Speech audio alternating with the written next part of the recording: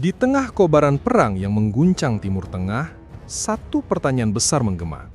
Mengapa Iran, yang selama ini dikenal vokal dan tegas, tidak langsung membalas serangan Israel dengan kekuatan penuh? Apakah ini strategi cerdas atau tanda kelemahan? Dunia menunggu jawaban.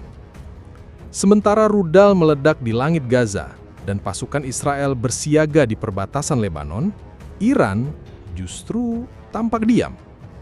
Padahal, selama ini, Iran dikenal paling keras mengacam Israel. Mereka punya pasukan garda revolusi. Mereka punya sekutu Hizbullah. Mereka punya rudal jarak jauh. Tapi kali ini, mereka memilih menahan diri. Tidak ada serangan besar-besaran. Tidak ada deklarasi perang langsung. Apa yang sebenarnya terjadi? Dalam seri ini, kami akan mengupas tuntas alasan di balik strategi Iran, mulai dari tekanan internasional, kondisi militer Iran yang tidak siap perang terbuka, hingga dinamika politik dalam negeri yang penuh gejolak. Kami sajukan berdasarkan laporan rahasia, riset dari lembaga kredibel, serta pernyataan resmi para pemimpin dunia.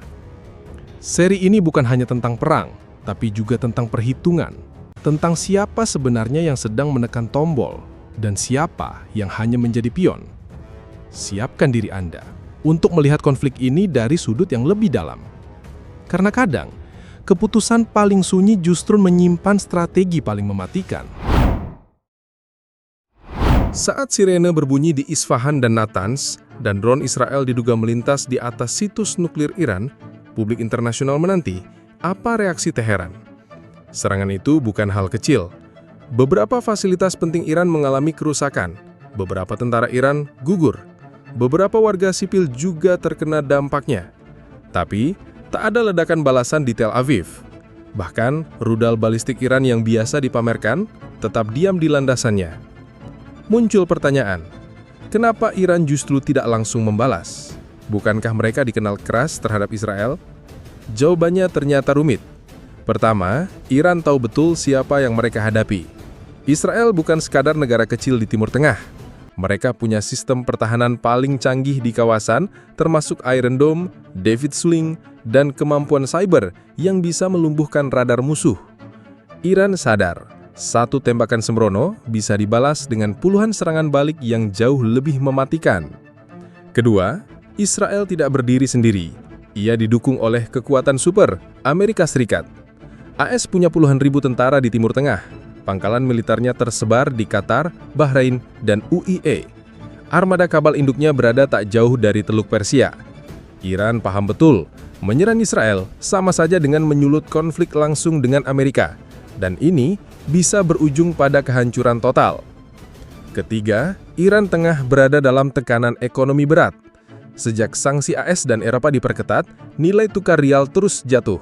Inflasi meroket.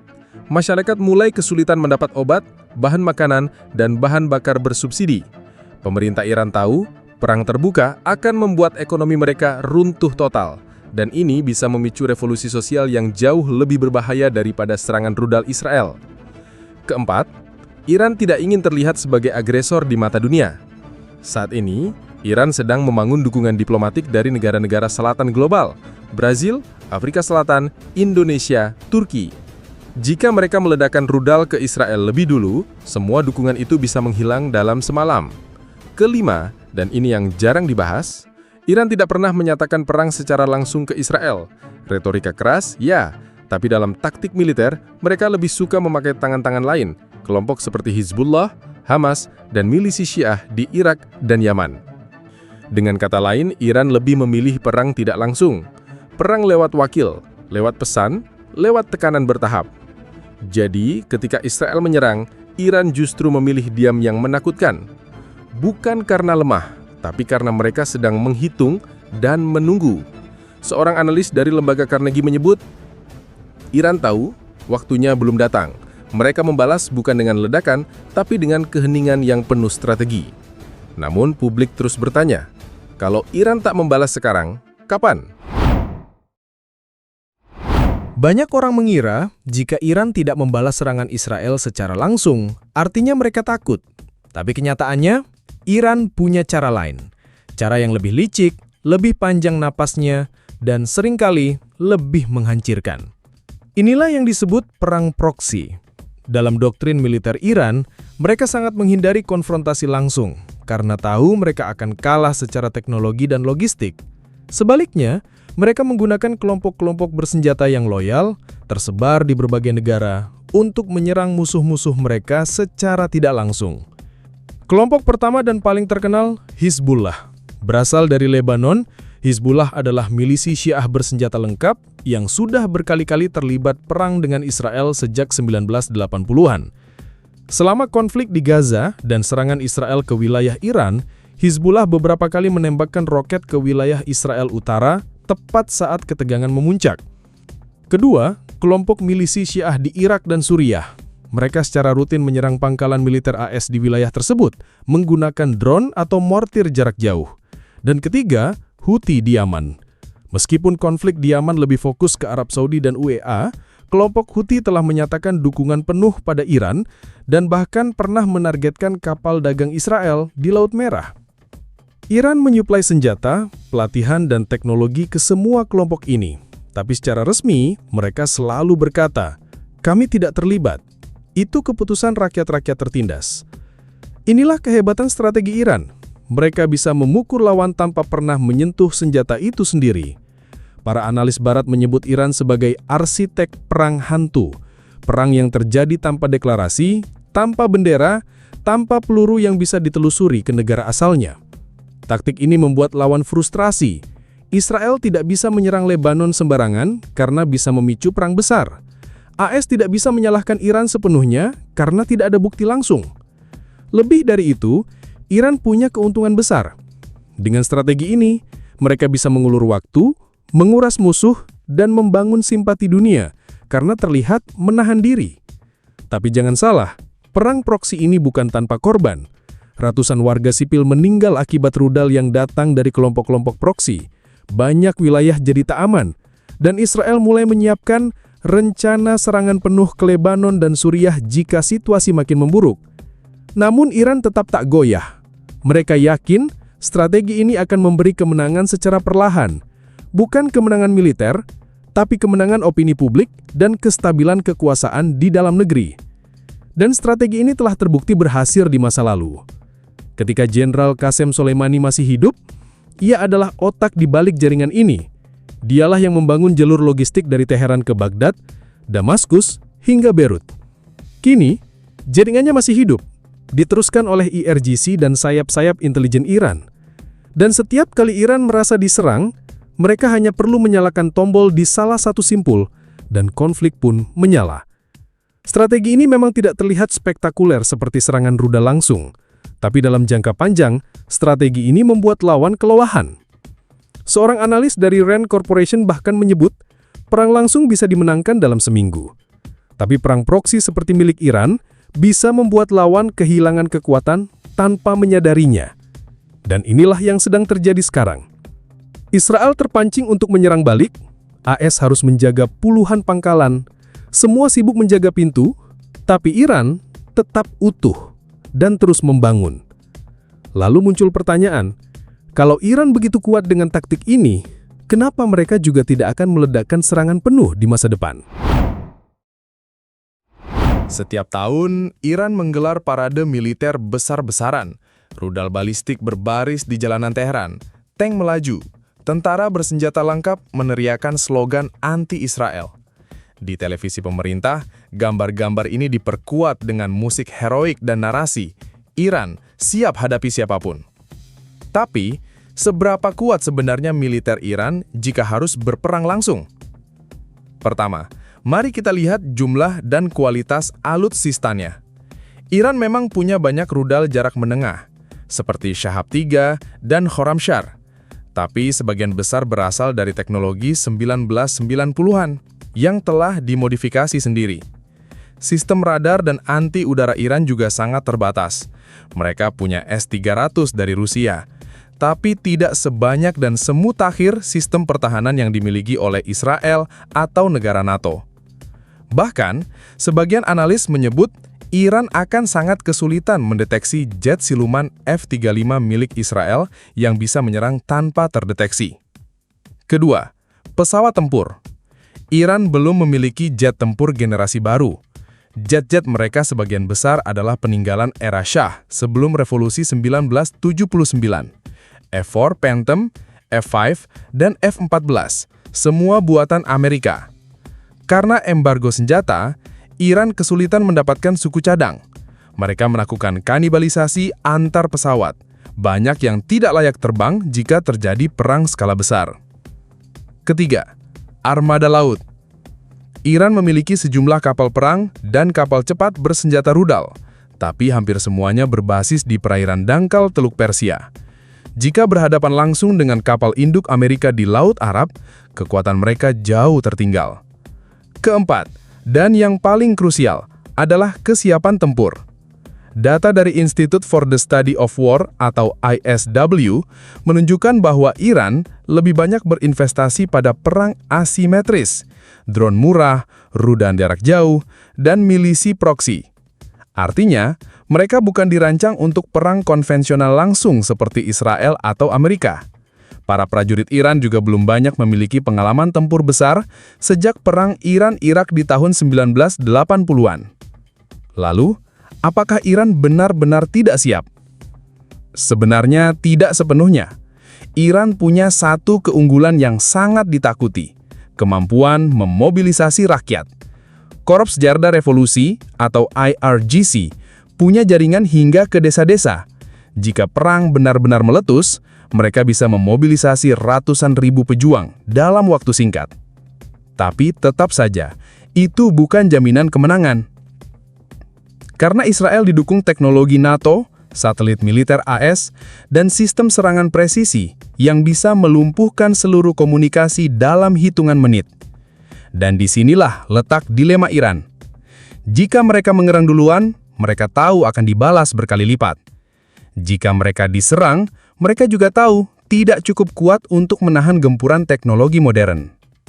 Jadi, pilihan terbaik bagi Iran sejauh ini adalah tetap bermain di bawah permukaan, melalui tekanan diplomatik, perang proksi, dan intimidasi tak langsung.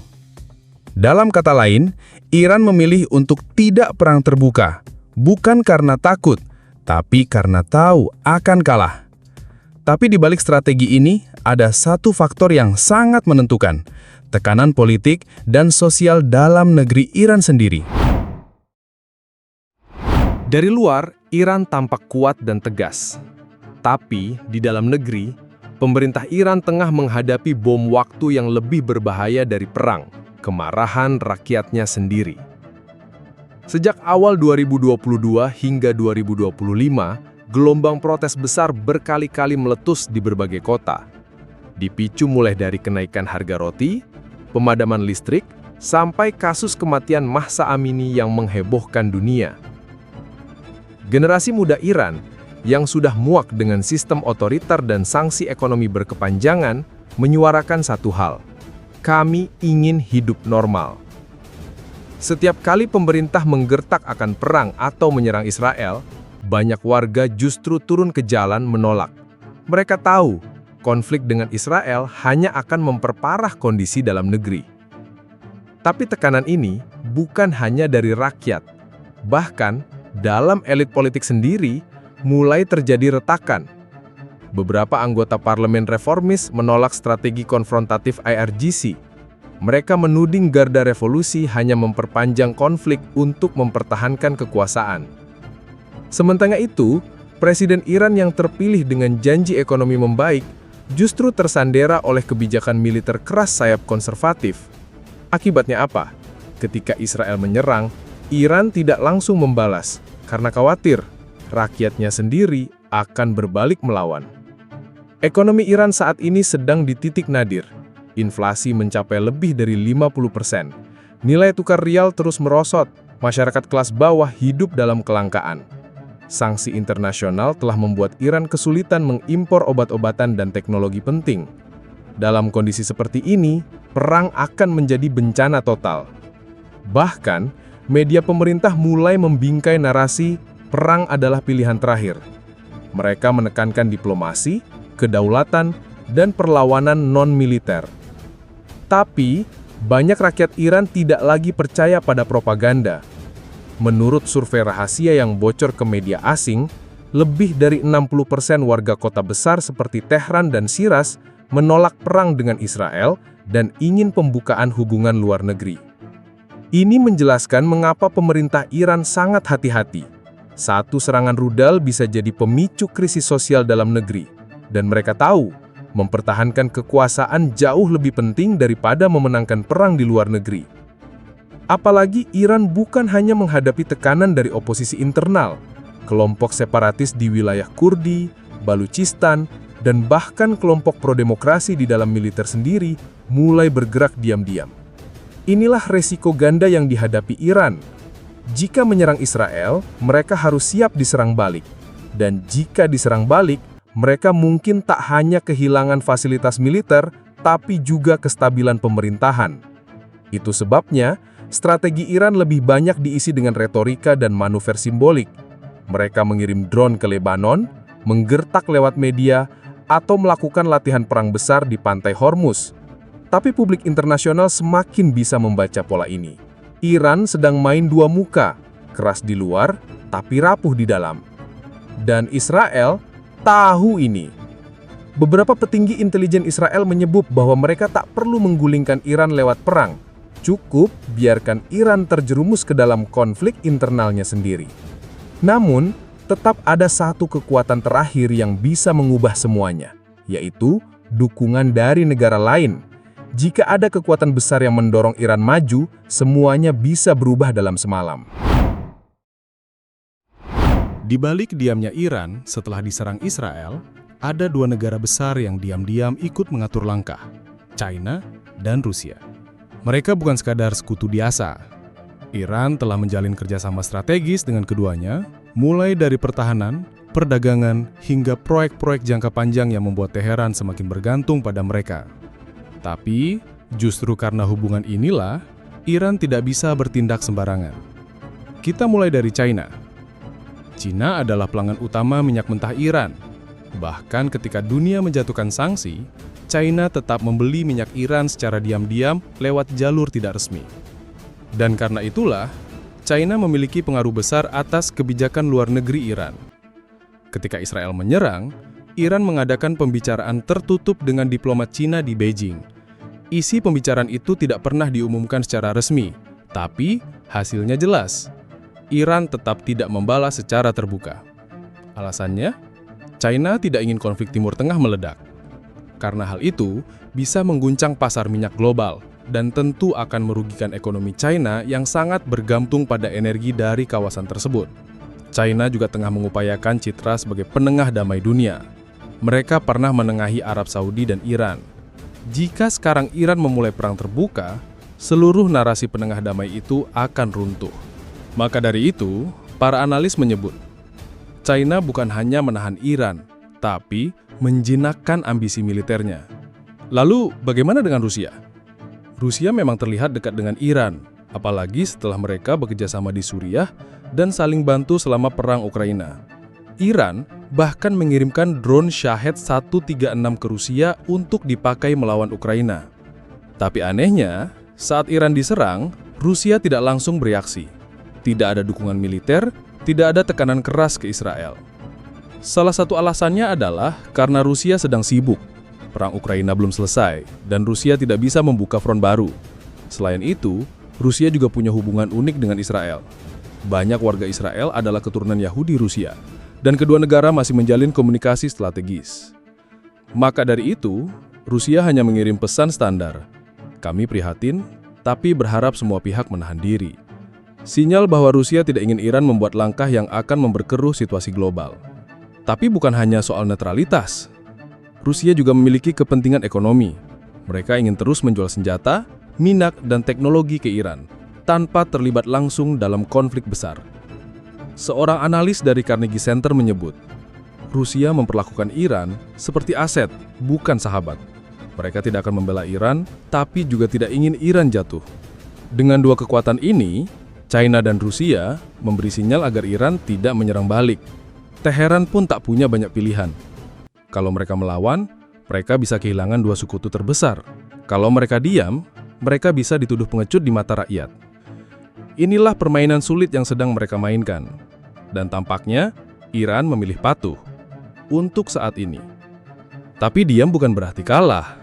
Iran sedang menyusun ulang kekuatannya, memperkuat jaringan proksi, dan menunggu waktu yang tepat. Dalam dunia geopolitik, serangan paling mematikan bukan yang terdengar paling keras, tapi yang paling lama ditahan. Dan ketika waktunya tiba, semua mata akan kembali tertuju ke Iran. Bukan lagi bertanya, kenapa mereka diam? Tapi, apa yang akan mereka lakukan sekarang? Jika kamu menikmati seri ini, jangan lupa klik subscribe dan nyalakan lonceng notifikasi. Karena dunia tidak pernah benar-benar damai, dan setiap diam bisa jadi awal dari badai.